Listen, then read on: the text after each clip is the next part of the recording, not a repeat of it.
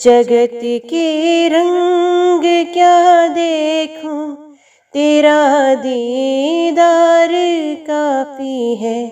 क्यों जाऊं गैरों के दर पे, तेरा दरबार काफी है। जगत के रंग क्या देखूं। जय श्री राधे कृष्णा। गुरुवार व्रत को करने से समस्त इच्छाएं पूर्ण होती हैं और बृहस्पति महाराज प्रसन्न होते हैं। धन, विद्या, पुत्र तथा मनोवांछित फल की प्राप्ति होती है। परिवार में सुख तथा शांति आती है। इसलिए ये व्रत सर्वश्रेष्ठ और अति फलदायक है। इस व्रत में केले का पूजन ही करें। कथा और पूजन के समय मन, कर्म और वचन से शुद्ध होकर मनोकामना पूर्ति के लिए बृहस्पति देव से प्रार्थना करनी चाहिए। दिन में एक समय ही भोजन करें। भोजन चने की दाल आदि का करें। नमक ना खाएं। पीले वस्त्र पहने। पीले फलों का प्रयोग करें। पीले चंदन से पूजन करें। पूजन के बाद भगवान बृहस्पति की कथा जरूर सुननी चाहिए। तो चलिए आज की वीडियो में हम बृहस्पतिवार की व्रत कथा आपके सामने प्रस्तुत करते हैं। उम्मीद करती हूँ कथा का पूरा फल लेने के लिए आप कथा को शुरू से लेकर अंत तक जरूर श्रवण करेंगे, क्योंकि कथा का पूरा फल हमें कथा को पूरा सुनने से ही मिलता है। आधा अधूरा छोड़ने से हम सिर्फ पाप के भागीदार ही बनते हैं। तो चलिए आज की इस कथा को हम शुरू करते हैं। जय श्री हरि। प्राचीन समय की बात है। एक बड़ा प्रतापी तथा दानी राजा था। वे प्रत्येक गुरुवार को व्रत रखता एवं पूजा करता था। ये उसकी रानी को अच्छा नहीं लगता। ना वे व्रत करती, ना ही किसी को एक पैसा दान में देती। राजा को भी ऐसा करने से मना करती। एक समय की बात है कि राजा शिकार खेलने वन को गए। घर पर रानी और दासी थी। उस समय गुरु बृहस्पति साधु का रूप धारण कर राजा के दरवाजे पर भिक्षा मांगने आए। साधु ने रानी से भिक्षा मांगी तो वे कहने लगी, हे साधु महाराज, मैं इस दिन दान और पुण्य से तंग आ चुकी हूँ। आप कोई ऐसा उपाय बताएं जिससे ये सारा धन नष्ट हो जाए और मैं आराम से रह सकूं। साधु रूपी बृहस्पति देव ने कहा, हे देवी, तुम बड़ी विचित्र हो। संतान और धन से भी कोई दुखी होता है। अगर तुम्हारे पास धन अधिक है तो इसे शुभ कार्यों में लगाओ, जिससे तुम्हारे दोनों लोग सुधरें। परंतु साधु की इन बातों से रानी खुश नहीं हुई। उसने कहा, मुझे ऐसे धन की कोई आवश्यकता नहीं जिसे मैं दान दूं तथा जिसको संभालने में ही मेरा सारा समय नष्ट हो जाए। साधु ने कहा, यदि तुम्हारी ऐसी इच्छा है तो जैसा मैं तुम्हें बताता हूँ वैसा ही तुम करना। बृहस्पतिवार के दिन घर को गोबर से लेपना, अपने केशों को पीली मिट्टी से धोना, केशों को धोते समय स्नान करना, राजा से हजामत बनवाने को कहना, भोजन में मांस मदिरा खाना, कपड़ा धोबी के यहाँ धुलने डालना। इस प्रकार 7 बृहस्पतिवार करने से तुम्हारा समस्त धन नष्ट हो जाएगा। इतना कहकर साधु बने बृहस्पति देव अंतर ध्यान हो गए। साधु के कहे अनुसार करते हुए रानी को केवल 3 बृहस्पतिवार ही बीते थे कि उसकी समस्त धन संपत्ति नष्ट हो गई। भोजन के लिए परिवार तरसने लगा। एक दिन राजा रानी से बोला, हे रानी, तुम यहीं रहो, मैं दूसरे देश को जाता हूँ, क्योंकि यहाँ पर मुझे सभी जानते हैं, इसलिए मैं कोई छोटा कार्य नहीं कर सकता। ऐसा कहकर राजा परदेश चला गया। वहां वे जंगल से लकड़ी काट कर लाता और शहर में बेचता। इस तरह वे अपना जीवन व्यतीत करने लगा। इधर राजा के बिना रानी और दासी दुखी रहने लगी। एक समय जब रानी और दासियों को 7 दिन बिना भोजन के रहना पड़ा तो रानी ने अपनी दासी से कहा, हे दासी, पास ही के नगर में मेरी बहन रहती है। ये बड़ी धनवान है, तो उसके पास जाकर कुछ ले आ ताकि थोड़ा बहुत गुजर बसर हो जाए। दासी रानी की बहन के पास गई। उस दिन बृहस्पतिवार था। रानी की बहन उस समय बृहस्पतिवार की कथा सुन रही थी। दासी ने रानी की बहन को अपनी रानी का संदेश दिया, लेकिन रानी की बहन ने कोई उत्तर नहीं दिया। जब रात दासी को रानी की बहन से कोई उत्तर नहीं मिला तो वे दुखी हुई। उसे क्रोध भी आया। दासी ने वापस आकर रानी को सारी बात बता दी। सुनकर रानी ने अपने भाग्य को कोसा। उधर रानी की बहन ने सोचा कि मेरी बहन की दासी आई थी, परंतु मैं उससे नहीं बोली, इससे वे दुखी होगी। कथा सुनकर और पूजन समाप्त करके वे अपनी बहन के घर गई और कहने लगी, हे बहन, मैं बृहस्पतिवार का व्रत कर रही थी, तुम्हारी दासी गई, परंतु जब तक कथा होती है तब तक ना तोड़ते हैं ना ही बोलते हैं, इसलिए मैं नहीं बोली। कहो, दासी क्यों गई थी? रानी बोली, बहन, हमारे घर अनाज नहीं था। ऐसा कहते कहते रानी की आंखें भर आई। उसने दासियों समेत भूखा रहने की बात भी अपनी बहन को बताई। रानी की बहन बोली, बहन देखो, बृहस्पति देव भगवान सबकी मनोकामना पूर्ण करते हैं। देखो, शायद तुम्हारे घर में अनाज रखा हो। ये सुनकर दासी घर के अंदर गई तो वहां उसे एक घड़ा अनाज का भरा मिल गया। उसे बड़ी हैरानी हुई, क्योंकि उसे एक एक बर्तन देख लिया था। उसने बाहर आकर रानी को बताया। दासी रानी से कहने लगी, हे रानी, जब हमको भोजन नहीं मिलता तो हम व्रत ही तो करते हैं, इसलिए क्यों न इनसे व्रत और कथा की विधि पूछ ली जाए, हम भी व्रत किया करेंगे। दासी के कहने पर रानी ने अपनी बहन से बृहस्पतिवार व्रत के बारे में पूछा। उसकी बहन ने बताया, बृहस्पतिवार के व्रत में चने की दाल और मुनक्का से विष्णु भगवान के केले की जड़ से पूजन करें तथा दीपक जलाएं, पीला भोजन करें तथा कथा सुने। इससे गुरु भगवान प्रसन्न होते हैं, मनोकामना पूर्ण करते हैं। व्रत और पूजन की विधि बताकर रानी की बहन अपने घर लौट आई। रानी और दासी दोनों ने निश्चय किया कि बृहस्पति देव भगवान का पूजन जरूर करेंगे। 7 रोज बाद जब बृहस्पतिवार आया तो उन्होंने व्रत रखा। घुड़साल में जाकर चना और गुड़ बीन लाई तथा उसकी दाल से कीड़े की जड़ तथा विष्णु भगवान का पूजन किया। अब पीला भोजन कहाँ से लाए? दोनों बड़ी दुखी हुई, परंतु उन्होंने व्रत किया था, इसलिए बृहस्पति देव भगवान प्रसन्न थे। एक साधारण व्यक्ति के रूप में वे 2 थालों में सुंदर पीला भोजन लेकर आए और दासी को देकर बोले, हे दासी, ये भोजन तुम्हारे लिए और तुम्हारी रानी के लिए है, इसे तुम दोनों ग्रहण करना। दासी भोजन पाकर बहुत प्रसन्न हुई। उसने रानी को सारी बात बताई। उसके बाद से वे प्रत्येक बृहस्पतिवार को गुरु भगवान का व्रत और पूजन करने लगी। बृहस्पति भगवान की कृपा से उनके पास धन हो आया, परंतु फिर रानी पहले की तरह आलस करने लगी। तब दासी बोली, देखो रानी, तुम पहले भी इस प्रकार आलस करती थी, तुम्हें धन के रखने में कष्ट होता था, इस कारण सभी धन नष्ट हो गया। अब गुरु भगवान की कृपा से धन मिला है तो फिर तुम आलस क्यों करती हो? बड़ी मुसीबतों के बाद हमने ये धन पाया है, इसलिए हमें दान पुण्य करना चाहिए। अब तुम भूखे मनुष्यों को भोजन कराओ, प्याऊ लगाओ, ब्राह्मणों को दान दो, कुआं, तालाब, बावड़ी आदि का निर्माण कराओ, मंदिर, पाठशाला बनवाकर ज्ञान दान करो, कुंवारी कन्याओं का विवाह कराओ, अर्थात धन को शुभ कार्यों में खर्च करो, जिससे तुम्हारे कुल का यश बढ़े तथा स्वर्ग प्राप्त हो और पितर प्रसन्न हो। दासी की बात मानकर रानी शुभ कर्म करने लगी, उसका यश फैलने लगा। एक दिन रानी और दासी आपस में विचार करने लगी कि ना जाने राजा किस दशा में होंगे, उनकी कोई खोज खबर भी नहीं है। उन्होंने श्रद्धा पूर्वक गुरु बृहस्पति भगवान से प्रार्थना की कि राजा जहाँ कहीं भी हो शीघ्र वापस आ जाए। उधर राजा परदेश में बहुत दुखी रहने लगा। वे प्रतिदिन जंगल में लकड़ी बीन कर लाता और उसे शहर में बेचकर अपने दुखी जीवन का बड़ी कठिनता से व्यतीत करता। एक दिन दुखी हो अपनी पुरानी बातों को याद करके वे रोने लगा और उदास हो गया। उसी समय राजा के पास बृहस्पति देव साधु के वेश में आकर बोले, हे लकड़हारे, तुम इस सुनसान जंगल में किस चिंता में बैठे हो, मुझे बताओ।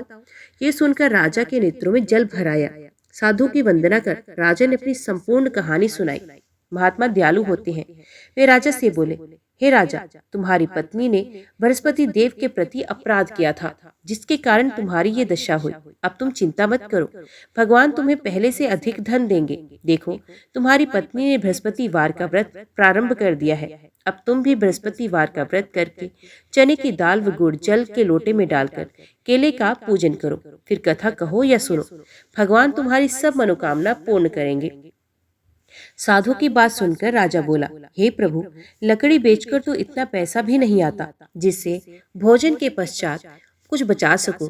मैंने रात्रि में अपनी रानी को व्याकुल देखा है। मेरे पास कोई साधन नहीं जिससे उसका समाचार जान सकूं। फिर मैं कौन सी कहानी कहूँ, ये भी मुझको मालूम नहीं। साधु ने कहा, हे राजा, मन में बृहस्पति भगवान के पूजन व्रत का निश्चय करो। वे स्वयं तुम्हारे लिए कोई राह बना देंगे। बृहस्पतिवार के दिन तुम रोजाना की तरह लकड़े लेकर शहर में जाना। तुम्हें रोज से 2 गुना धन मिलेगा, जिससे तुम भली भांति भोजन कर लोगे तथा बृहस्पति देव की पूजा का सामान भी आ जाएगा। जो तुमने बृहस्पतिवार की कहानी के बारे में पूछा है, वे इस प्रकार है। प्राचीन काल में एक बहुत ही निर्धन ब्राह्मण था। उसके कोई संतान नहीं थी। वह नित्य पूजा पाठ करता। उसकी स्त्री ना स्नान करती, ना किसी देवता का पूजन करती। इस कारण ब्राह्मण देवता बहुत दुखी रहते थे। भगवान की कृपा से ब्राह्मण के यहाँ एक कन्या उत्पन्न हुई। कन्या बड़ी होने लगी। प्रातः स्नान करके वे भगवान विष्णु का जप करती। बृहस्पतिवार का व्रत भी करने लगी। पूजा पाठ समाप्त कर पाठशाला जाती तो अपनी मुट्ठी में जौ भर के ले जाती और पाठशाला के मार्ग में डालती जाती। लौटते समय वही जौ स्वर्ण के हो जाते तो उनको बीनकर घर ले आती।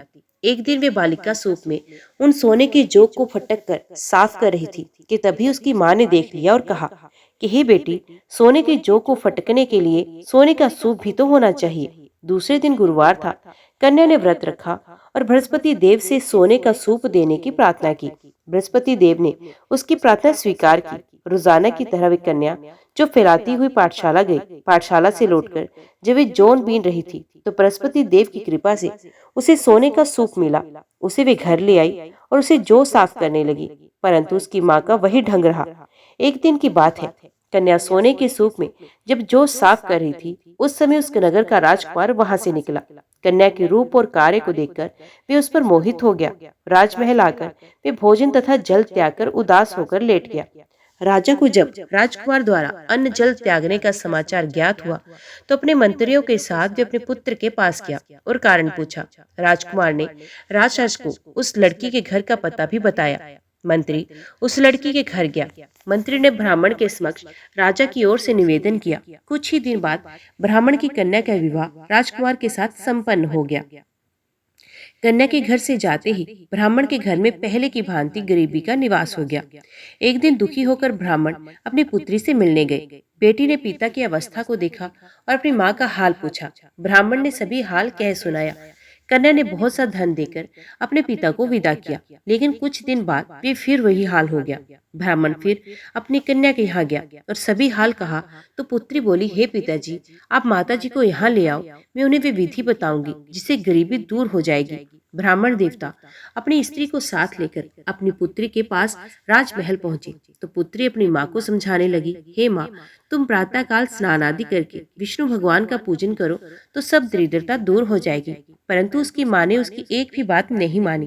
वे प्रातःकाल उठकर अपनी पुत्री की बची जूठन को खा लेती थी। एक दिन उसकी पुत्री को बहुत गुस्सा आया।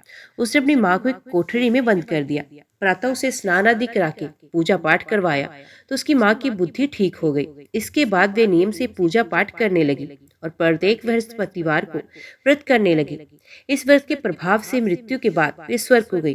वे ब्राह्मण भी सुखपूर्वक इस लोक का सुख भोग कर स्वर्ग को प्राप्त हुआ। इस तरह कहानी कहकर साधु बने देवता वहां से लोप हो गए। धीरे धीरे समय व्यतीत होने पर फिर बृहस्पतिवार का दिन आया। राजा जंगल से लकड़ी काटकर शहर में बेचने गया। उसे दिन और दिनों दिन अधिक धन मिला। राजा ने चना गुड़ आदि लेकर बृहस्पतिवार का व्रत किया। उस दिन से उसके सभी कलेश दूर हो गए।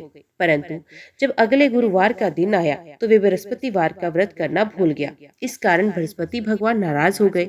उस दिन उस नगर के राजा ने विशाल यज्ञ का आयोजन किया था तथा अपने समस्त राज्य में घोषणा करवा दी कि सभी मेरे यहाँ भोजन करने आए। किसी के घर चूल्हा ना जले। इस आज्ञा को जो ना मानेगा उसको फांसी दे दी जाएगी। राजा की आज्ञा अनुसार राज्य के सभी वासी राजा के भोज में सम्मिलित हुए, लेकिन लकड़हारा कुछ देर से पहुंचा, इसलिए राजा उसको अपने साथ महल में ले गए। जब राजा लकड़हारे को भोजन करा रहे थे तो रानी की दृष्टि उस खूंटी पर पड़ी जिस पर उसका हार लटक रहा था। उसे हार खूंटी पर लटका दिखाई नहीं दिया। रानी को निश्चय हुआ कि मेरा हार इस लकड़हारे ने चुराया है। उसी समय सैनिक बुलवाकर उसको जेल में डलवा दिया गया। लकड़हारा जेल में विचार करने लगा कि ना जाने कौन से पूर्व जन्म के कर्म से मुझे ये दुख प्राप्त हुआ, और जंगल में मिले साधु को याद करने लगा। तत्काल बृहस्पति देव साधु के रूप में प्रकट हो गए और कहने लगे, अरे मूर्ख, तूने बृहस्पति देवता की कथा नहीं कही, उसी कारण तुझे ये दुख प्राप्त हुआ। अब चिंता मत कर। बृहस्पतिवार के दिन जेल खाने के दरवाजे पर तुझे 4 पैसे पड़े मिलेंगे। उनसे तू बृहस्पतिवार की पूजा करना तो तेरे सभी कष्ट दूर हो जाएंगे। अगले बृहस्पतिवार उसे जेल के द्वार पर 4 पैसे मिले। राजा ने पूजा का सामान मंगवाकर कथा कही और प्रसाद बांट दिया। उसी रात्रि में बृहस्पति देव ने उस नगर के राजा को स्वप्न में कहा, हे राजा, तूने जिसे जेल में बंद किया उसे कल छोड़ देना, वे निर्दोष है। राजा प्रातःकाल उठा और खूंटी पर हाथ टंगा देखकर लकड़हारे को बुलाकर क्षमा मांगी तथा राजा के योग्य सुंदर वस्त्र आभूषण भेंट कर उसे विदा किया। गुरुदेव की आज्ञा अनुसार राजा अपने नगर को चला गया। राजा जब नगर के निकट पहुंचा तो उसे बड़ा ही आश्चर्य हुआ। नगर में पहल से अधिक बाग, तालाब, कुएं तथा बहुत सी धर्मशालाएं, मंदिर आदि बने हुए थे। राजा ने पूछा कि ये किसका बाग और धर्मशाला है। तब नगर के सब लोग कहने लगे, ये सब रानी और दासी द्वारा बनवाए गए। राजा को आश्चर्य हुआ और गुस्सा भी आया कि उसकी अनुपस्थिति में रानी के पास धन कहाँ से आया होगा। जब रानी ने ये खबर सुनी कि राजा आ रहे हैं तो उसने अपनी दासी से कहा, हे दासी, देख, राजा हमको कितनी बुरी हालत में छोड़ गए थे। वे हमारी ऐसी हालत देखकर लौट ना जाएं, इसलिए तू दरवाजे पर खड़ी हो जा। रानी की आज्ञा अनुसार दासी दरवाजे पर खड़ी हो गई और जब राजा आए तो उन्हें अपने साथ महल में ले आई। तब राजा ने क्रोध करके अपनी तलवार निकाली और पूछने लगा, बताओ, ये धन तुम्हें किसने दिया? तब रानी ने सारी कथा कह सुनाई। राजा ने निश्चय किया कि मैं रोजाना दिन में 3 बार कहानी कहा करूंगा और रोज व्रत किया करूंगा। अब हर समय राजा के दुपट्टे में चने की दाल बंधी रहती तथा दिन में 3 बार कथा कहता। एक रोज राजा ने विचार किया कि चलो अपनी बहन के यहाँ चले जाऊं। इस तरह का निश्चय कर राजा घोड़े पर सवार वो अपनी बहन के घर चला गया। मार्ग में उसने देखा कि कुछ आदमी एक मुर्दे को लिए जा रहे हैं। उन्हें रोककर राजा कहने लगा, अरे भाइयों, मेरी बृहस्पतिवार की कथा सुन लो। वे बोले, लो, हमारा तो आदमी मर गया है, इसको अपनी कथा की पड़ी है। परंतु कुछ आदमी बोले, अच्छा कहो, तो हम तुम्हारी कथा भी सुनेंगे। राजा ने दाल निकाली और कथा कहनी शुरू कर दी। जब कथा आधी हुई तो मुर्दा हिलने लगा। जब कथा समाप्त हुई तो राम राम करके वे मुर्दा खड़ा हो गया। राजा आगे बढ़ा। उसे चलते चलते शाम हो गई। आगे मार्ग में उसे एक किसान खेत में हल चलाता मिला। राजा ने उससे कथा सुनने का आग्रह किया, लेकिन वे नहीं माना। राजा आगे चला। राजा के हटते ही वे बैल पछाड़ खाकर गिर गए तथा किसान के पेट में बहुत जोर से दर्द होने लगा। उसी समय किसान की माँ रोटी लेकर आई। उसने जब देखा तो अपने पुत्र से सब हाल पूछा। बेटे ने सभी हाल बताया। बुढ़िया दौड़ी दौड़ी उस घुड़सवार के पास पहुंची और उससे बोली, मैं तेरी कथा सुनूंगी, तू अपनी कथा मेरे खेत पर ही चलकर कहना। राजा ने लौटकर बुढ़िया के खेत पर जाकर कथा कही, जिसके सुनते ही बैल खड़े हो गए तथा किसान के पेट का दर्द भी बंद हो गया। राजा अपनी बहन के घर पहुंच गया। बहन ने भाई की खूब मेहमानबाजी की। दूसरे रोज प्रातःकाल राजा जागा तो वे देखने लगा कि सब लोग भोजन कर रहे हैं। राजा ने अपनी बहन से जब पूछा, ऐसा कोई मनुष्य है जिसने भोजन नहीं किया हो, जो मेरी बृहस्पतिवार की कथा सुन ले? बहन बोली, हे भैया, ये देश ऐसा ही है। यहाँ लोग पहले भोजन करते हैं, बाद में कोई अन्य काम करते हैं। फिर वे एक कुम्हार के घर गई, जिसका लड़का बीमार था। उसे मालूम हुआ कि उसके यहाँ 3 दिन से किसी ने भोजन नहीं किया। रानी ने अपने भाई की कथा सुनने के लिए कुम्हार से कहा। वे तैयार हो गया। राजा ने जाकर बृहस्पतिवार की कथा कही, जिसको सुनकर उसका लड़का ठीक हो गया। अब तो राजा को प्रशंसा होने लगी। एक दिन राजा ने अपनी बहन से कहा, हे बहन, मैं अब अपने घर जाऊंगा, तुम भी तैयार हो जाओ। राजा की बहन ने अपनी सास से अपने भाई के साथ जाने की आज्ञा मांगी। सास बोली, हाँ चली जा, मगर अपने लड़कों को मत ले जाना, क्योंकि तेरे भाई के कोई संतान नहीं होती। बहन ने अपने भाई से कहा, भैया, मैं तो चलूंगी, मगर कोई बालक नहीं जाएगा। अपनी बहन को भी छोड़कर दुखी मन से राजा अपने नगर को लौट आया। राजा ने अपनी रानी से सारी कथा बताई और बिना भोजन किए वे छैया पर लेट गया। रानी बोली, हे प्रभु, बृहस्पति देव ने हमें सब कुछ दिया, वे हमें संतान अवश्य देंगे। उसी रात बृहस्पति देव ने राजा को स्वप्न में कहा, हे राजा, उठ, सभी सोच त्याग दे, तेरी रानी गर्भवती है। राजा को ये जानकर बड़ी खुशी हुई। 9वें महीने रानी के गर्भ से एक सुंदर पुत्र पैदा हुआ। तब राजा बोला, हे रानी, स्त्री बिना भोजन के रह सकती है, परंतु बिना कहे नहीं रह सकती। जब मेरी बहन आए तो तुम उससे कुछ मत कहना। रानी ने हाँ कह दी। जब राजा की बहन ने ये शुभ समाचार सुना तो वे बहुत खुश हुई तथा बधाई लेकर अपने भाई के यहाँ आई। रानी ने तब उसे आने का उलाहना दिया। जब भाई अपने साथ ला रहे थे तब टाल गई, उनके साथ न आई और आज अपने आप ही भागी भागी बिना बुलाए आ गई। तो राजा की बहन बोली, भाई मैं इस प्रकार ना कहती तो तुम्हारे घर औलाद कैसे होती। बृहस्पति देव सभी कामनाएं पूर्ण करते हैं। जो सद्भावना पूर्वक बृहस्पतिवार का व्रत करता है, कथा पढ़ता है, कथा सुनता है या दूसरों को सुनाता है, बृहस्पति देव उसकी सभी मनोकामनाएं पूर्ण करते हैं, उसकी सदा रक्षा करते हैं। जो संसार में सद्भावना से गुरुदेव का पूजन एवं व्रत सच्चे हृदय से करते हैं, उनकी सभी मनोकामनाएं वैसे ही पूर्ण होती हैं जैसी सच्ची भावना से रानी और राजा ने बृहस्पति देव की कथा का गुणगान किया तो उनकी सभी इच्छाएं बृहस्पति देव जी ने पूर्ण की। अनजाने में भी बृहस्पति देव की उपेक्षा ना करें, ऐसा करने से सुख शांति नष्ट होती है। इसलिए सबको कथा सुनने के बाद प्रसाद लेकर जाना चाहिए। हृदय से उसका मनन करते हुए जयकारा बोलना चाहिए। जय श्री बृहस्पति देव की। ओम नमो भगवते वासुदेवाय नमः। अभी हम श्रवण करते हैं अगली कथा। माघ मास के स्नान से सुव्रत को दिव्य लोक की प्राप्ति। वशिष्ठ जी कहते हैं, राजन सुनो, मैं तुमसे सुव्रत के चरित्र का वर्णन करता हूँ। ये शुभ प्रसंग श्रोताओं के समस्त पापों को तत्काल हर लेने वाला है। नर्मदा के रमणीय तट पर एक बहुत बड़ा अग्रहार ब्राह्मणों को दान में मिला हुआ गांव था। वे लोगों में अकलंक नाम से विख्यात था। उसमें वेदों के ज्ञाता और धर्मात्मा ब्राह्मण निवास करते थे। वे धन धान्य से भरा था और वेदों के गंभीर घोष से संपूर्ण दिशाओं को मुखरित किए रहता था। उस गांव में एक श्रेष्ठ ब्राह्मण थे जो सुव्रत के नाम से विख्यात थे। उन्होंने संपूर्ण वेदों का अध्ययन किया था। वेदार्थ के 6 अच्छे ज्ञाता हैं। धर्मशास्त्रों के अर्थ का ही पूर्ण ज्ञान रखते थे। पुराणों की व्याख्या करने में वे बड़े कुशल थे। वेदांगों का अभ्यास करके उन्होंने तर्क शास्त्र, ज्योतिष शास्त्र, गज विद्या, अश्व विद्या, चौथस कलाएं, मंत्र शास्त्र, सांख्य शास्त्र तथा योग शास्त्र का भी अध्ययन किया था। वे अनेक देशों की लिपियां और नाना प्रकार की भाषाएं जानते थे। ये सब कुछ उन्होंने धन कमाने के लिए ही सीखा था तथा लोभ से मोहित होने के कारण अपने भिन्न भिन्न गुरुओं को गुरु दक्षिणा भी नहीं दी थी। उपायों को जानकर तो थे ही, उन्होंने उक्त उपायों से कुछ कुछ धन का उपार्जन किया। उनके मन में बड़ा लोभ था, इसलिए वे अनायास ही धन कमाया करते थे। जो वस्तु बेचने के योग्य नहीं उसको भी बेचते और जंगल की वस्तु को भी विक्रय किया करते थे। उन्होंने चांडाल आदि से भी दान लिया, कन्या बेची तथा गो, तिल, चावल, रस और तेल का भी विक्रय किया। वे दूसरों के लिए तीर्थ में जाते, दक्षिणा लेकर देवता की पूजा करते, वेतन लेकर पढ़ाते और दूसरों के घर खाते थे। इतना ही नहीं, वे नमक, पानी, दूध, दही, पकवान भी बेचा करते थे। इस तरह अनेक उपायों से उन्होंने यत्न पूर्वक धन कमाया। धन के पीछे उन्होंने नित्य नैमित्तिक कर्म तक छोड़ दिया था। न खाते थे न दान करते थे, हमेशा अपना धन गिनते रहते थे कि कब कितना जमा हुआ। इस प्रकार उन्होंने 1 लाख स्वर्ण मुद्राएं उपराजित की। धन उपार्जन में लगे लगे ही वृद्धावस्था आ गई और सारा शरीर जर्जर हो गया। काल के प्रभाव से समस्त इंद्रियां शिथिल हो गई। अब वे उठने और कहीं आने जाने में असमर्थ हो गए। धन उपार्जन का काम बंद हो जाने से स्त्री सहित ब्राह्मण देवता बहुत दुखी हुए। इस प्रकार चिंता करते करते जब उनका चित्त बहुत व्याकुल हो गया, तब उनके मन में सहसा विवेक का प्रादुर्भाव हुआ।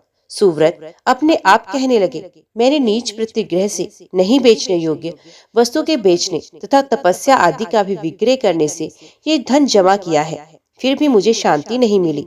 मेरी तृष्णा अत्यंत दुस्सह है। ये मेरु पर्वत के समान असंख्य स्वर्ण पाने की अभिलाषा रखती है। अहो, मेरा मन महान कष्टदायक और संपूर्ण क्लेशों का कारण है।